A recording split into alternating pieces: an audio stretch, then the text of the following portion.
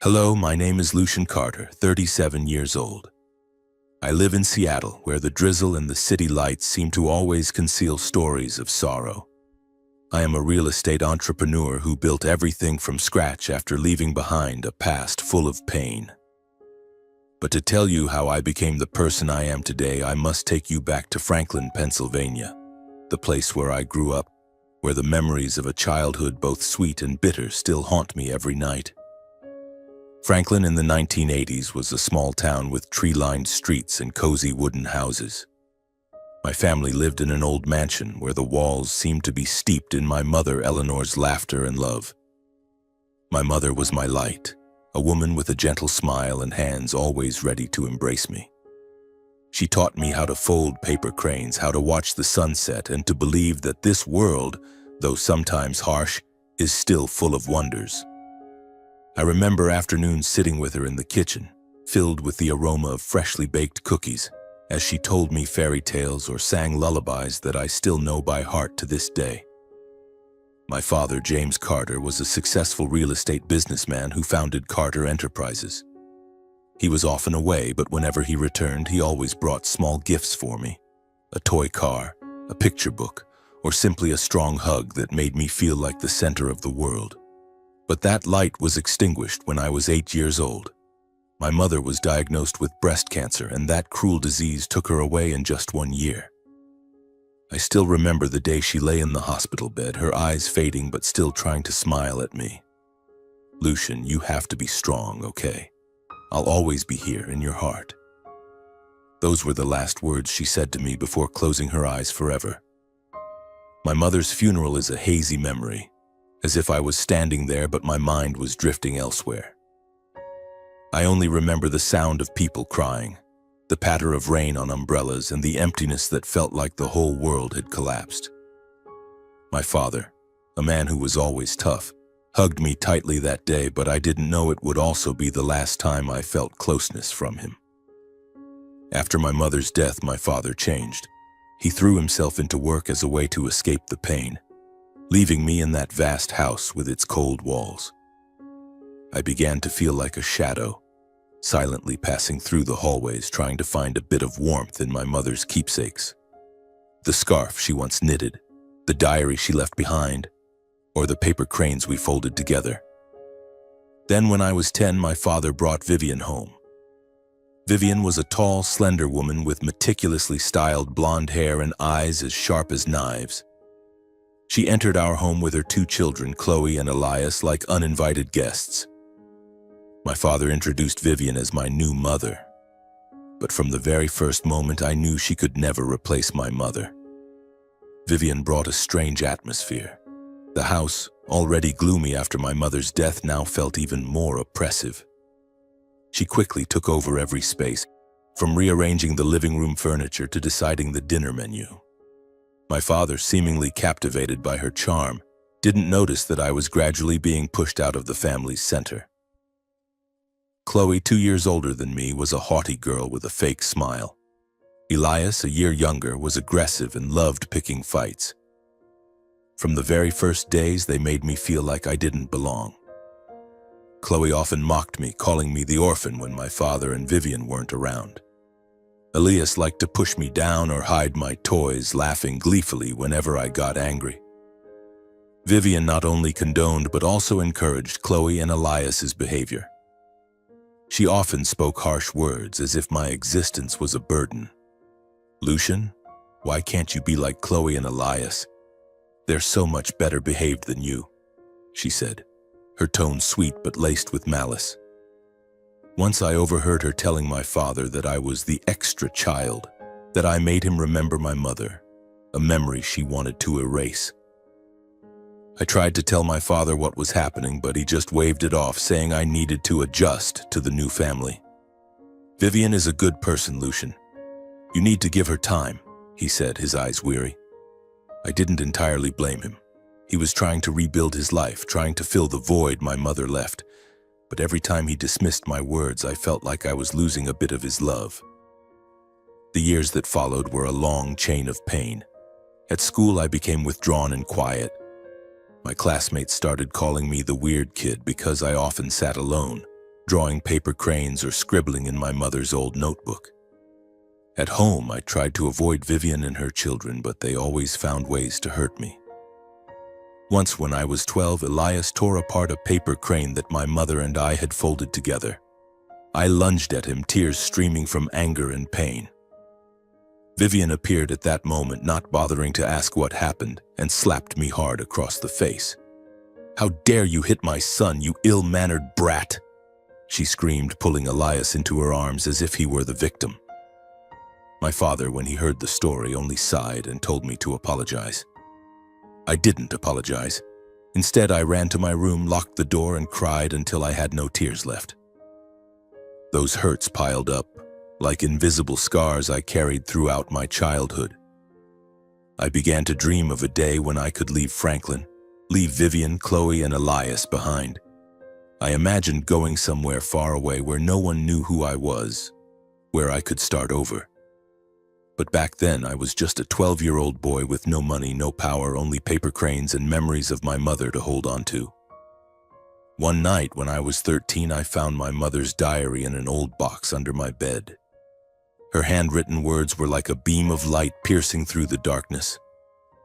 She wrote about me, about her love for me and her hope that I would grow up to be a strong, kind man. "My Lucian, you are my most precious gift. Never let anyone make you doubt your worth," she wrote. I read those words over and over as if they were a protective charm. The diary became my refuge, where I poured out my anger, my loneliness, and my dreams of freedom. I promised my mother and myself that one day I would leave this place. I wouldn't let Vivian or anyone else define me. My final years of middle school passed in silence and endurance. I excelled in school not to please my father or Vivian, but because I knew education was my only way out. I spent hours in the library reading everything I could, from my father's business books to my mother's adventure novels. I dreamed of a future where I could stand on my own 2 feet, where I wouldn't have to bow to anyone. When I was 16, my father began talking about me taking over Carter Enterprises one day. He called me into his office, where portraits of generations of Carters hung on the walls, and spoke about the family legacy. "Lucian, you're the heir. This company will be yours," he said, his voice full of pride. But I didn't feel proud. I felt pressure, and part of me wondered if he truly wanted me to take over or was just trying to make up for the years he'd neglected me. Vivian, of course, wasn't pleased with the idea. I overheard her telling my father that I was not mature enough to run the company, that Elias was the one with leadership qualities. Elias, a 15-year-old who only knew how to bully others, was a leader in her eyes. I wasn't surprised, but her words still cut like a knife. When I was 17, I received an acceptance letter from a university far from Franklin. It was the first spark of hope I'd felt in years. I knew this was my chance to leave the house full of pain, to start a new life. I packed my bags, taking my mother's diary and a few paper cranes, preparing for the journey ahead. The night before I left, I stood in front of the mirror, looking into my own eyes. I was no longer the 12-year-old boy crying over a torn paper crane. I was taller, stronger, but deep inside I still carried the pain of losing my mother, my father's indifference, and the scars left by Vivian, Chloe, and Elias. I promised myself I wouldn't let the past define my future. I would build a new life, one that my mother would be proud of. And so, I left Franklin, carrying with me painful memories, but also a fierce determination. I boarded the bus, leaving town early one morning when the mist still blanketed the oak-lined streets. In my backpack, I had only a few clothes, my mother's diary, and the worn-out paper cranes.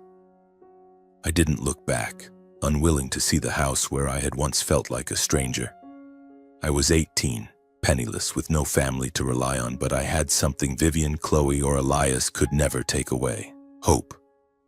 The bus took me to Pittsburgh, where I would begin my college life at Carnegie Mellon University. I chose this school not only for the scholarship, but also because it was far enough from Franklin to let me feel like I could breathe. When the bus stopped at the station, I stood in the middle of an unfamiliar city, gazing at the towering skyscrapers and the bustling crowds. My heart was both excited and afraid. This was my chance to start over, but it was also the first time I had to face the world with no one behind me. My dorm was a small, cramped room with 2 bunk beds and a rickety desk. My roommate Raj was an Indian-American guy with a friendly smile and an energetic voice. "Yo, Lucian, where you from?" he asked as soon as I dragged my suitcase into the room. I hesitated, not wanting to talk about Franklin or my family. "A small town, nothing special," I replied, and Raj nodded, not pressing further. I was grateful for that. The first days of college were a whirlwind of new experiences. I was overwhelmed by the classes, the dense lectures, and the students around me. They seemed far more confident than I was. I majored in business administration, partly because I knew my father wanted me to take over Carter Enterprises, but also because I wanted to prove I could achieve something great without him or anyone else. But college life wasn't as easy as I'd imagined. The scholarship covered tuition, but living expenses, food, books, and small things like soap or toothpaste quickly made me realize I needed a job. I got hired as a server at a coffee shop near campus, where the smell of roasted coffee filled my mornings and the noisy grind of the machine was like a never-ending song. The job ate up most of my free time, but it gave me a sense of freedom I'd never had in Franklin. Working at the coffee shop was also where I learned to interact with strangers.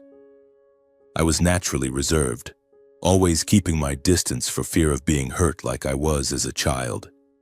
But here I had to smile at customers, chat with coworkers, and sometimes listen to their life stories. There was an elderly woman named Martha who came to the shop every Wednesday, always ordering a latte and reading for hours. One day she looked at me and said, "You have sad eyes, but they're full of determination. Don't let the past hold you back, okay?" I only smiled, but her words cut deep, stirring the pain I'd tried to bury. Late at night, back in the dorm, I'd sit at my desk and open my mother's diary. I wrote in it about everything, from the small joy of acing a test to the loneliness of watching my peers call home, telling their families about their lives. I didn't call Franklin. My father called a few times, but our conversations were always short and awkward. "Are you okay, Lucian?" he'd ask. "Yes, I'm fine," I'd reply, even though I was struggling every day. I didn't want him to know how hard it was, didn't want him to think I was weak. Vivian, of course, never called. I heard from my father that she and her 2 children were still living with him, that Elias was preparing for college and Chloe was joining social clubs at school. Those stories made me feel like an outsider, as if I'd never been part of that family. But strangely, their indifference no longer hurt as much. I was building my own life, and that was what mattered most. College wasn't just about studying and working. I started making new friends, people who knew nothing about my past. Raj became my closest friend. He'd drag me to watch school basketball games or to noisy student parties where I'd usually stand in a corner, holding a soda and observing everyone. "You gotta loosen up a bit, Lucian," Raj would say, clapping me on the shoulder. I'd smile, but I knew my guarded nature wasn't something I could easily shake off. One day in an economics class, I met Sarah, a girl with curly brown hair and eyes that seemed to sparkle with life. She sat next to me, asked to borrow a pen, and from there we started talking. Sarah was different from anyone I'd ever met. She was straightforward, funny, but also sensitive. Once, when I casually mentioned my mother, she took my hand and said, "Losing someone you love is the hardest thing, but you're still here, still trying. That's really admirable." I didn't know how to respond, only that for the first time in years I felt understood. Sarah and I became friends, then grew closer. We'd study together, staying in the library until late, sharing bags of cookies and stories about our dreams. She wanted to be a journalist, to tell stories that could change the world. I told her about my dream of building real estate projects not just for profit but to help communities, affordable housing, green parks, places people could call home. Sarah always listened, and sometimes her gaze made me believe those dreams weren't so far-fetched. But life wasn't always smooth. Some days I was exhausted from balancing school, work, and the emotions still simmering from my past. One night, while working a late shift at the coffee shop, I got a call from my father. His voice was shaky, unlike his usual self. "Lucian, I want you to come home for Christmas. The family needs you." I felt silent anger and hurt rising within me. Family? What family? The one that pushed me to the sidelines, that let Vivian and her children torment me? I told him I was busy, that I had an important exam, and hung up. But afterward, I sat in a corner of the shop, hands trembling, wondering if I was being too harsh on him. That Christmas, I didn't go back to Franklin. I stayed in Pittsburgh, picking up extra shifts to make money and avoid the emptiness. Raj invited me to his family's house for dinner, and I had a warm evening with them. People who welcomed me like I was one of their own. But back in the dorm, I opened my mother's diary and cried. I missed her, missed the Christmases when she was alive, when the house in Franklin was filled with laughter. I wondered if I'd ever find that feeling again. In my sophomore year, I joined the school's entrepreneurship club. It was where I learned to turn ideas into reality, where I met ambitious and passionate young people. I pitched a project about affordable housing, inspired by the poor neighborhoods I'd seen in Pittsburgh. My project was selected to be presented at a university startup competition, and for the first time, I felt truly valuable. The night before the presentation, I stayed up practicing in front of the mirror, imagining my mother sitting there smiling at me. The presentation was a success beyond my expectations. My team won second place, and a professor invited me to be a research assistant for a project on sustainable urban development. That was a turning point in my life. I started to believe I could achieve something, that I wasn't just the boy pushed aside by his stepfamily. But the joy didn't last long. One day I received a letter from Franklin, not from my father, but from Vivian. The letter was brief, cold, informing me that my father wanted me to work at Carter Enterprises after graduation. "James believes you have potential, though I'm not so sure," she wrote. I tore the letter apart, angry enough to want to scream. Vivian, who never saw me as family, now wanted to control my future. I decided I wouldn't return to Franklin, wouldn't work for Carter Enterprises. I would forge my own path. My final college years passed faster than I expected. I took on more jobs, from waiting tables to tutoring freshmen. I saved every penny, not out of stinginess, but because I wanted a safety net so I'd never have to depend on anyone.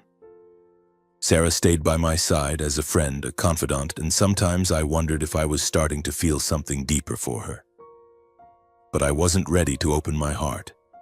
The shadow of my past was still too large.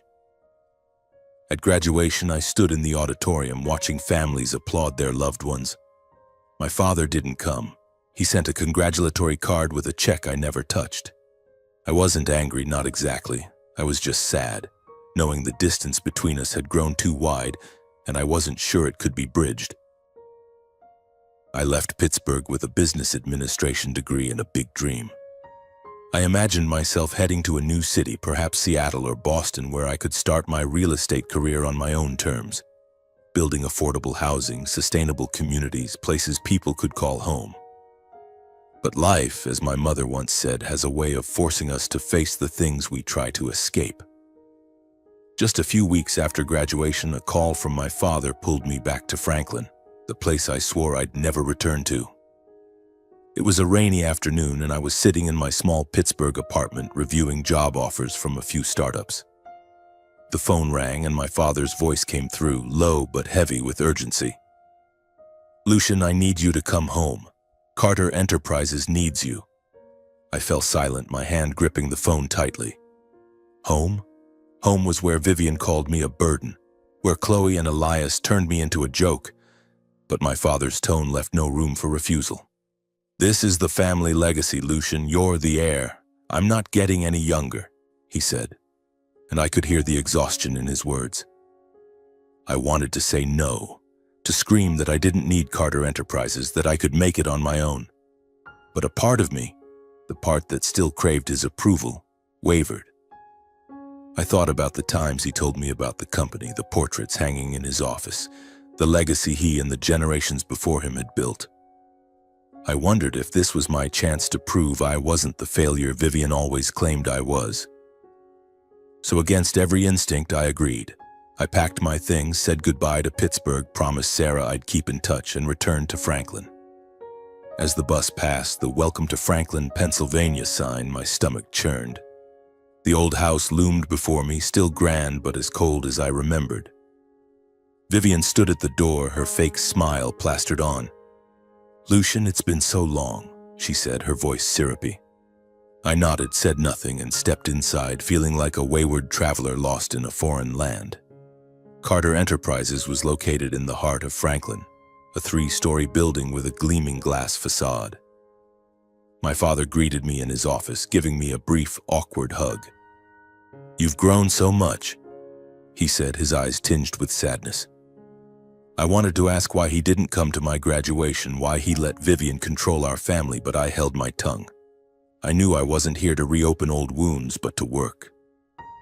He introduced me to the staff, calling me the one who'll take over the company someday. I saw skeptical looks from a few, especially from Elias, now a 22-year-old with a smug grin. He worked in the project development department, a position I suspected Vivian had arranged. Chloe, now a stylish 25-year-old, handled public relations. Vivian, of course, had no official title but was present at every meeting, like a shadow pulling strings from behind the scenes.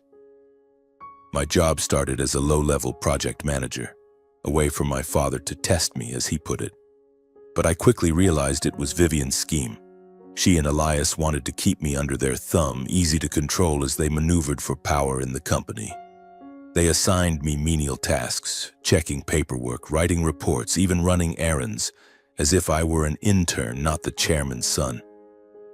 I gritted my teeth and endured, determined to prove I wasn't useless. I spent hours studying the company's projects, reading every document I could find. Carter Enterprises had once been a visionary company, building affordable housing and community centers. But under Vivian's influence, it had shifted toward luxury projects, high-end condos, shopping malls, things that brought high profits. I saw this as a betrayal of what my father had taught me, a betrayal of Carter Enterprises' lifelong mission. It also went against my dreams. I started pitching ideas in meetings. I talked about building affordable housing, using eco-friendly materials, and investing in Franklin's forgotten communities. A few veteran employees supported my ideas, but Vivian and Elias always shot them down. "Lucian, you're young. You don't understand the market," Elias said condescendingly. Vivian would smile and say things like, "Nice idea, but it's not practical. We need to think about profits." My father, who should have backed me, just sat silently, his gaze distant. His silence hurt more than Vivian's barbs. I wanted him to speak up, to defend me like he did when I was a child. But he didn't. I began to doubt whether he truly wanted me to take over the company or if he'd only called me back out of guilt. Tensions peaked during a meeting about a new project, a luxury resort Elias and Vivian were pushing. It required demolishing an old neighborhood where hundreds of families lived. I couldn't stay quiet. I stood up, my voice trembling but firm, and presented an alternative plan. Renovate the neighborhood, build affordable housing, and create jobs for locals. "This isn't just about profit," I said. "It's about our responsibility to the community." The room fell silent. I looked at my father, hoping he'd support me, but he only sighed and said, "Lucian, you're too naive. Elias's project is already approved. We can't change it now." His words cut like a knife. Elias smirked. Vivian clapped as if she'd just watched a play. My blood boiled, but I said nothing. I grabbed my files and left the meeting, the door slamming behind me. That night, I sat in my old room staring at the paper cranes hanging on the wall. I called Sarah, the only person I felt could understand me. "I don't belong here, Sarah," I said, my voice choking. "I tried, but they don't need me." She listened, then said, "Lucian, you don't need to prove anything to them. You're you, and that's enough." Her words comforted me, but they couldn't erase the sting of betrayal. I started thinking about leaving Franklin. I didn't want to live in Vivian's shadow or work for a company that went against my values. But part of me still wanted to stay, to save Carter Enterprises, to reclaim the legacy my father and his ancestors had built. I was torn between loyalty to my father and the desire for freedom. One morning I went to the office early, hoping to talk to my father alone. I knocked on his door, but there was no answer. I pushed it open and found him slumped over his desk, clutching an old photo of my mother. I froze, unsure what to do. He looked up, his eyes weary. "Lucian," he said, his voice hoarse, "I'm sorry. I haven't been the father you deserved." For the first time in years, I saw my father so vulnerable. I wanted to hug him, to say I forgave him, but I couldn't. Too much pain had built up. I only nodded and left the room, carrying a mix of hurt and hope. Maybe deep down the father who once loved me was still there. But that hope didn't last. In another meeting, Elias openly criticized me in front of the staff, calling my ideas childish. Vivian laughed and my father stayed silent. I couldn't take it anymore. I stood up, looked straight at my father and said, "If this is how you want to run the company, I don't belong here." I walked out, ignoring the stares following me. That night, I packed my things, resolved to leave Franklin. I didn't know where I'd go, but I knew I couldn't stay. I wrote a letter to my father saying I wasn't angry, but needed to find my own path. I left it on his desk and departed Franklin at dawn, carrying both pain and a sense of liberation. I drove aimlessly, unsure of what I was searching for or where I'd end up. I just kept going. Driving, resting, then driving again, as if escaping the past was enough. After nearly a week wandering highways, sleeping in unfamiliar rundown motels, I decided my destination would be Seattle. That would be where I'd begin writing my own story. I chose Seattle for a simple reason. It was on the other side of the country, as far from Franklin as I could get. I had no clear plan, no connections, no job waiting, just a business administration degree, a few $1,000s in savings, and a burning dream to build sustainable communities. When I stepped into downtown Seattle, I breathed in the salty sea air mingled with the aroma of coffee from small roadside cafes. This city, with its skyscrapers and sudden rain, seemed to promise a fresh start. The first days in Seattle were a challenge. I rented a small damp room in Rainier Valley where the walls peeled and the sound of car horns echoed through the night. My savings dwindled faster than I expected, and I had to find work immediately. I landed a job as an assistant at a small real estate company called Green Horizon, which focused on affordable housing projects. The work wasn't glamorous. I mostly handled paperwork, answered phones, and ran errands. But it gave me a chance to learn from people genuinely passionate about transforming communities. The company's owner, Harold Christie, was a Nordic man in his 50s. He was tall and sturdy with sharp eyes but a warm, friendly smile. He noticed my hard work and often asked for my input in meetings, even though I was just a new employee. Once, when I suggested turning an abandoned lot into a community park, he nodded and said, "You've got vision, Lucian. Don't let anyone make you doubt that." His words reminded me of my mother, of the lines in her diary, and I felt a surge of strength rise within me. But life in Seattle wasn't always easy.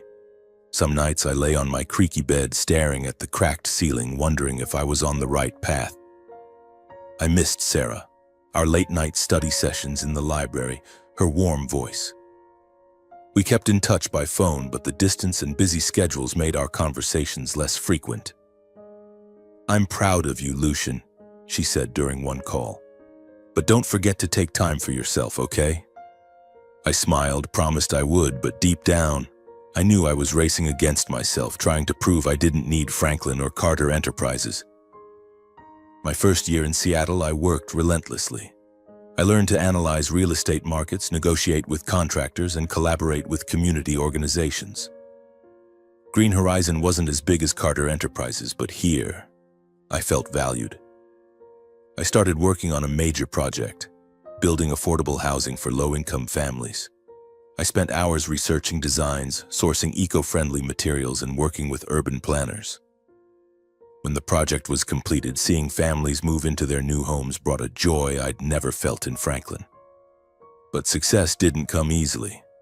Some days I worked to exhaustion, falling asleep at my desk amid piles of papers.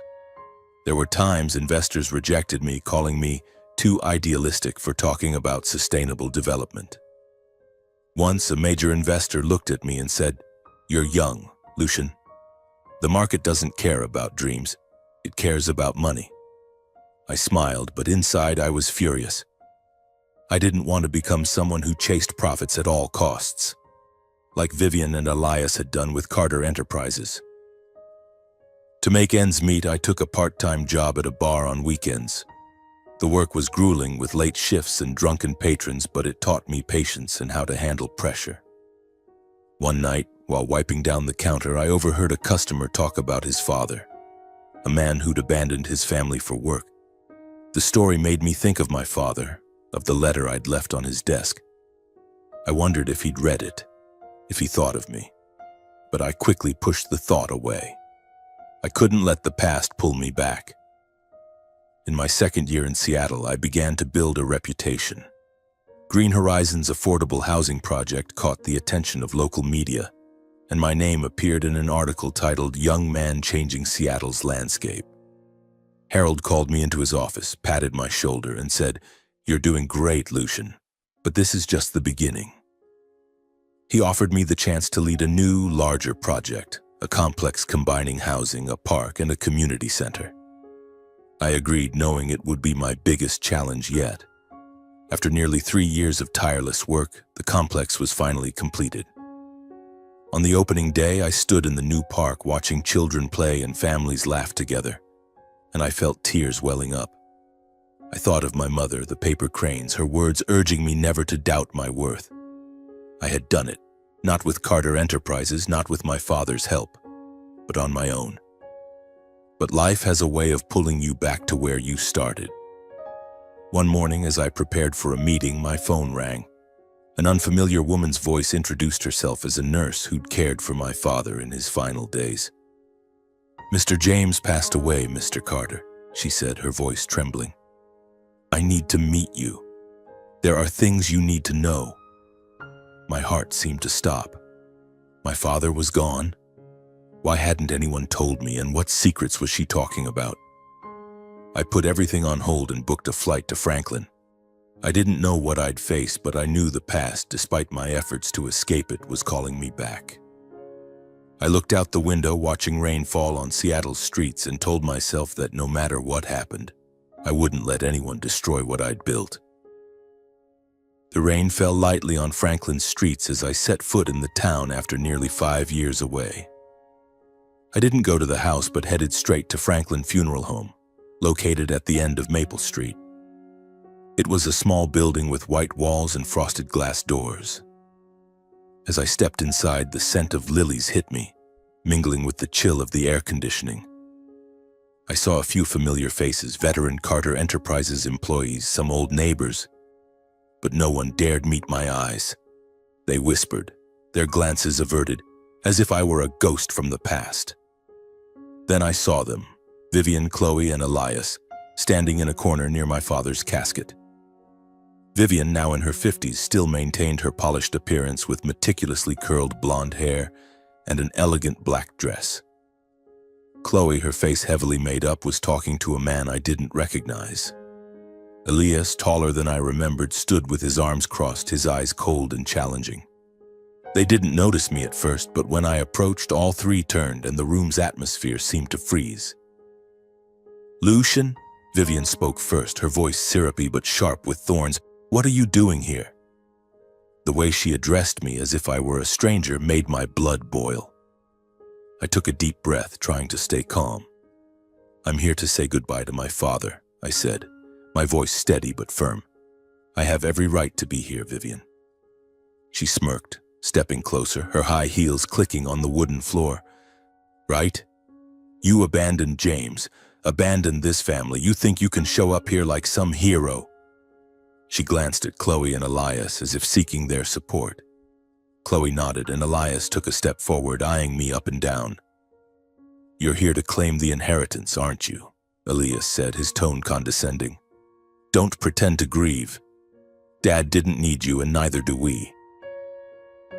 I clenched my fists, fighting to suppress my anger. I wanted to shout that I never cared about my father's wealth, that I just wanted to see him one last time. But I knew arguing with them was pointless. They'd built a narrative in their heads where I was the traitor, the greedy one. I looked past Elias to the oak casket in the center of the room draped in white flowers. My father lay there and I wasn't ready to face the reality that he was gone forever. I'm not here to argue, I said, stepping past Elias toward the casket. But Vivian blocked my path, her hand pressing against my chest, her eyes sharp as knives. You're not allowed near him, she said, her voice low but threatening. James was my husband, the father of Chloe and Elias. You're no longer family. Her words pierced my heart like a blade. I looked at her, then at Chloe and Elias, who stood behind her with smirks. I wanted to push her aside, to scream that I was my father's son, that no one could stop me from saying goodbye to him. But I saw the onlookers' eyes, curiosity, pity, and knew that causing a scene would only prove them right about me. Vivian, I said, my voice calm but icy. You don't get to decide who my father's family is. I'm staying and I'll see to this funeral. If you want to stop me, call the police, but I warn you, I know my legal rights. She froze, clearly not expecting such a firm response. Elias stepped forward, about to say something, but Vivian raised a hand to stop him. Fine, Lucian, she said, her smile returning but laced with venom. You can stay.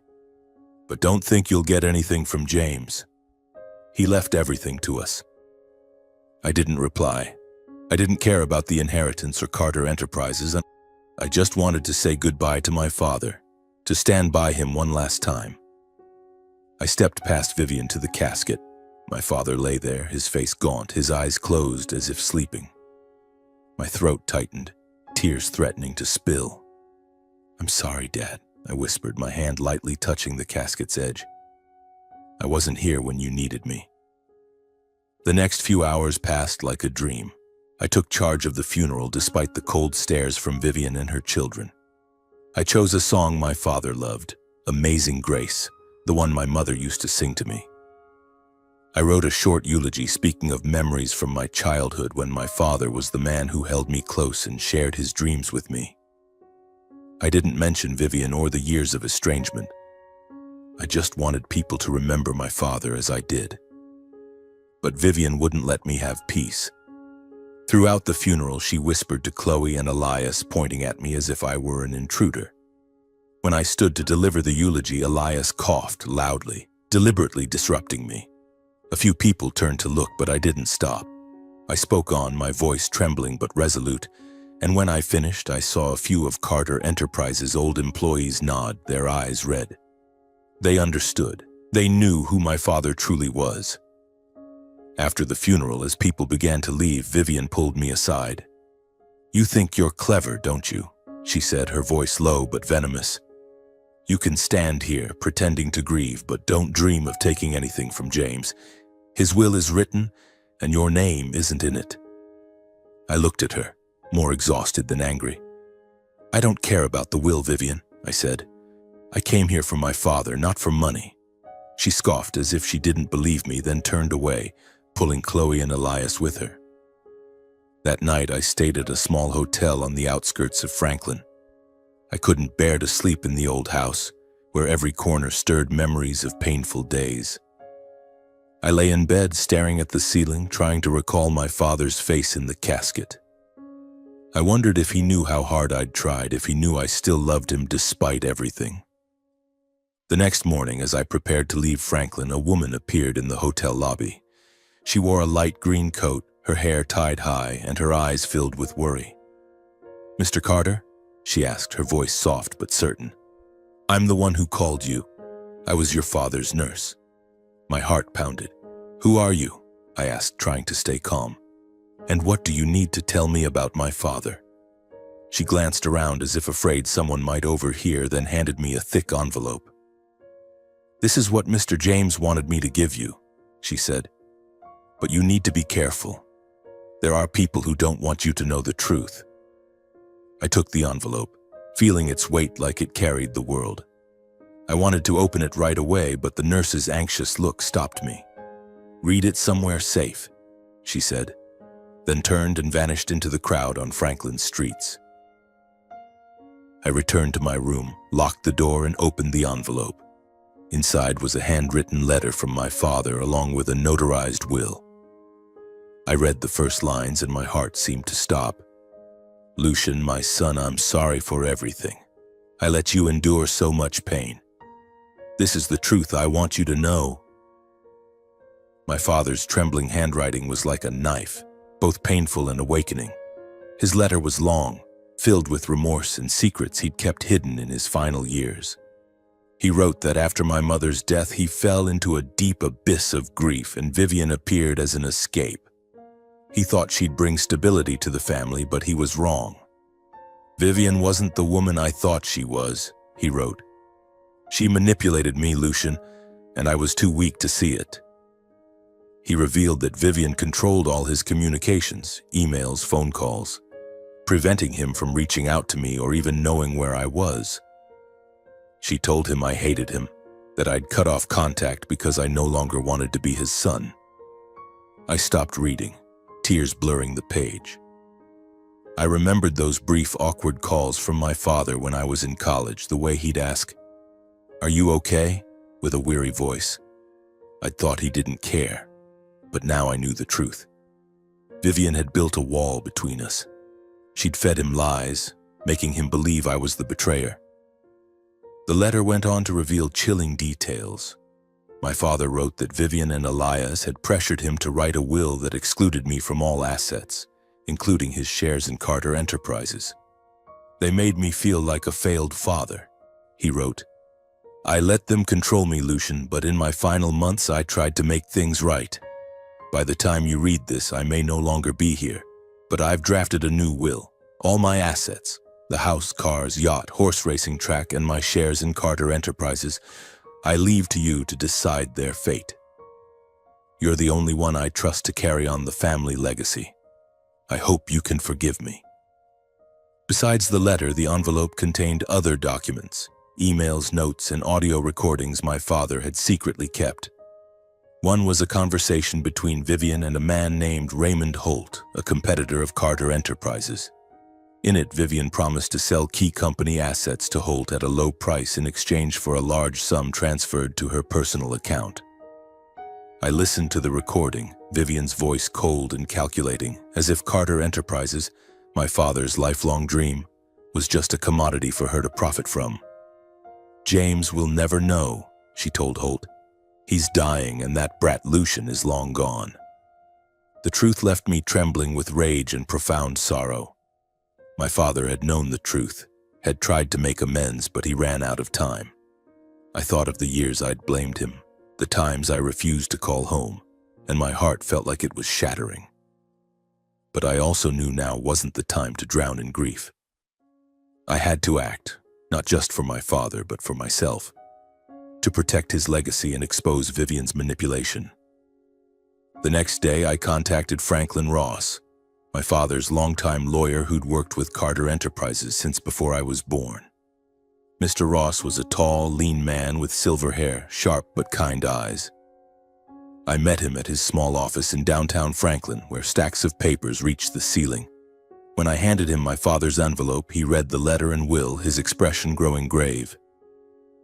"Lucian," he said, his voice low, "these are critical documents. If what you say is true, Vivian and Elias have committed serious fraud."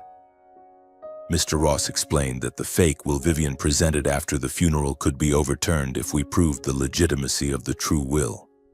He also said the recording of Vivian's conversation with Raymond Holt could serve as evidence in a civil or even criminal case if needed.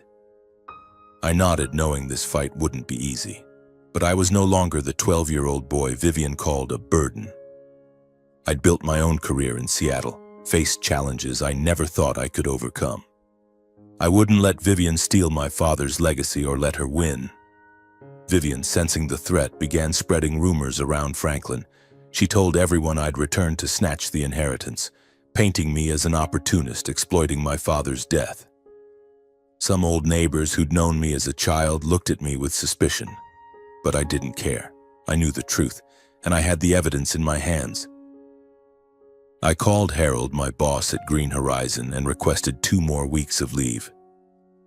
"I need to stay in Franklin to handle the funeral and some family matters, Harold," I said, trying to keep my voice steady. With his usual understanding, he agreed immediately. "Take care of your family, Lucian. I'll handle things here," he said, and I felt a slight sense of relief. I began discreetly tracking Vivian's movements. Each morning I left the hotel early, rented an old car to avoid being recognized, and quietly observed the family's old house. Vivian still lived there with Chloe and Elias, as if my father's death had no impact on them. I saw them coming and going, sometimes laughing as if nothing had happened, and it made my blood boil. My father had spent his life building Carter Enterprises, and now they were trying to steal his legacy. About a week after the funeral, I noticed something unusual. One afternoon, I saw Vivian, Chloe, and Elias leave the house together in a sleek black Mercedes. They were dressed formally, as if preparing for an important meeting. I followed, keeping enough distance to avoid detection. Their car stopped in front of an office building in downtown Franklin, where a sign read, "Thompson and Lee Law Offices." My heart raced. I was almost certain they were there to deal with the will. I parked on a side street, watching from a distance. Vivian strode into the office with confidence, Chloe and Elias trailing behind. I called Mr. Ross and told him to meet me at Thompson and Lee's office. Mr. Ross was silent for a moment before responding, "Lucian, I know that firm. They specialize in handling large inheritances. If Vivian's there, she might be trying to legitimize the fake will. Do you have the real will with you?" "Yes," I replied, my hand gripping the envelope in my jacket pocket. "I always carry it." "Good," Mr. Ross said. "I'll be there in 15 minutes. We'll go in and settle this." I waited for Mr. Ross in the car, my heart pounding. I thought of my father, his trembling handwriting in the letter, the way he apologized for the pain I'd endured. I couldn't let Vivian win, couldn't let her take what my father wanted for me. When Mr. Ross arrived, dressed in a silver gray suit and carrying a briefcase, I felt a spark of confidence return. "Let's go, Lucian," he said, his eyes sharp. "We'll put an end to this." We entered Thompson and Lee's office, where the air was cool and smelled of old paper. The receptionist looked up, slightly startled by our presence. "We need to see Mr. Thompson," Mr. Ross said, his voice authoritative. "It's regarding James Carter's will."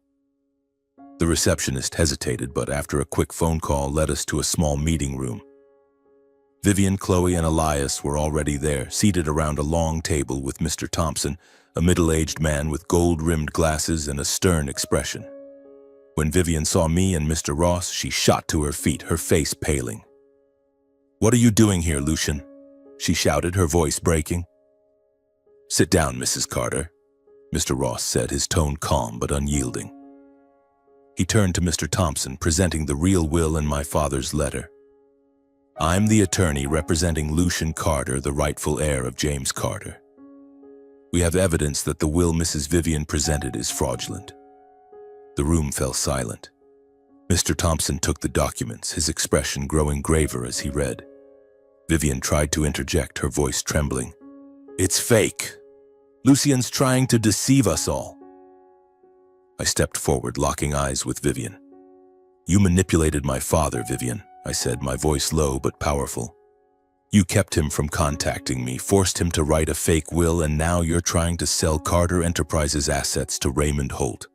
I have proof, the recording, emails, everything." Elias, sitting nearby, flushed red, glaring at me like a cornered animal. He stood abruptly, his chair crashing to the floor. "Lucian, you want to die, daring to—" Before he could finish, Mr. Thompson looked up, his gaze icy. "Mrs. Carter, Elias, these are very serious allegations. If these documents are verified, you could face severe civil or even criminal charges." Vivian collapsed into her chair, her face ashen. Elias tried to speak, but his voice faltered, and Chloe began to cry. I looked at them, feeling not triumph, but a deep sadness. They'd had everything: the house, the money, my father's protection. But their greed drove them to take what wasn't theirs. I took a deep breath and said, "Mr. Thompson, I don't want to sue them. I just want justice for my father. I demand that Vivian, Chloe, and Elias leave my family's home immediately and never return to Franklin. If they agree, I won't pursue further action." Vivian stared at me, her eyes a mix of shock and hatred. "You think you're so noble?" she hissed. But Mr. Ross raised a hand, cutting her off. "Mrs. Vivian, I advise you to accept Lucian's offer," he said. "If this goes to court, you'll lose far more than a house." After a tense silence, Vivian nodded, her lips pursed tightly. Chloe and Elias said nothing, heads bowed as they followed their mother out of the room. Mr. Thompson promised to verify the documents and ensure the real will was executed. As the door closed behind them, I felt as if a weight had been lifted, but it left an emptiness in my heart. I'd won. I'd secured justice for my father, but the cost was years of estrangement, words left unsaid, and a family I'd once hoped to mend now broken forever. I stayed in Franklin for another week to finalize the matters related to the will. Mr. Ross worked tirelessly, ensuring that all of my father's assets, from Carter Enterprises to the family home, were legally transferred to me. Vivian, as I had demanded, vacated the house the next day. Chloe and Elias resigned from the company and left a few days later. I heard they moved to another city, possibly Philadelphia, where Vivian had relatives. I didn't care where they went, only hoping they'd never return to Franklin or try to meddle in my life again. The old house was now mine, but I didn't want to live there. It held too many memories, both sweet and painful. I decided to transform it into a community center, a place where Franklin's children could come to learn, play, and dream, as my mother had once encouraged me to do. I hired a team to renovate the house, preserving its vintage charm while adding modern spaces. A small library, an art room, and a garden where I placed a small statue of a paper crane in memory of my mother. Carter Enterprises was a bigger challenge. Under Vivian's influence, the company had strayed from my father's original vision. Luxury projects, shady deals with Raymond Holt, and a lack of financial transparency had tarnished its reputation. I knew restoring it wouldn't be easy, but I was determined to do so, not just for my father, but for the values I believed in. I returned to Seattle to wrap up my work at Green Horizon, but I knew I'd need to spend significant time in Franklin to revive Carter Enterprises. Harold, my respected boss, supported my decision. "You have a chance to do something great, Lucian," he said. "Make that company something your father would be proud of." I nodded, feeling the weight of responsibility, but also a surge of motivation.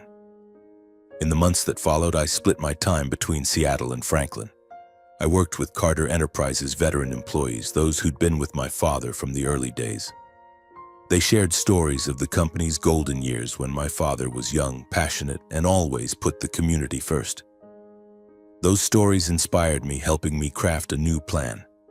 Focus on affordable housing, sustainable projects, and support for struggling families in Franklin. One of the first projects I launched was the redevelopment of the old neighborhood Elias and Vivian had wanted to demolish for a luxury resort. I partnered with nonprofit organizations using Carter Enterprises funds to build decent homes, a community park, and a vocational training center. When the project was completed, seeing families move into their new homes felt like fulfilling a promise to my father and to my mother. As Carter Enterprises began to regain momentum, I felt I was carrying forward my father's legacy in my own way. The company wasn't just a business. It was a means to create positive change, as my mother had taught me about kindness and responsibility. I hung a paper crane in my office right beside my father's portrait, as a reminder of what had brought me here. My story doesn't end with my victory over Vivian or inheriting Carter Enterprises. It ends with a lesson I learned through years of pain and struggle. A true legacy isn't just about assets, but about truth, justice, and responsibility to the community. I forgave my father not because he deserved it, but because I needed to let go to move forward. I learned not to let manipulators like Vivian define me, and I cherished the values my mother and father left behind: resilience, kindness, and faith in a better world. Franklin was no longer a place that confined me. It was where I rediscovered myself and built a new legacy, not just for my father, but for the generations to come.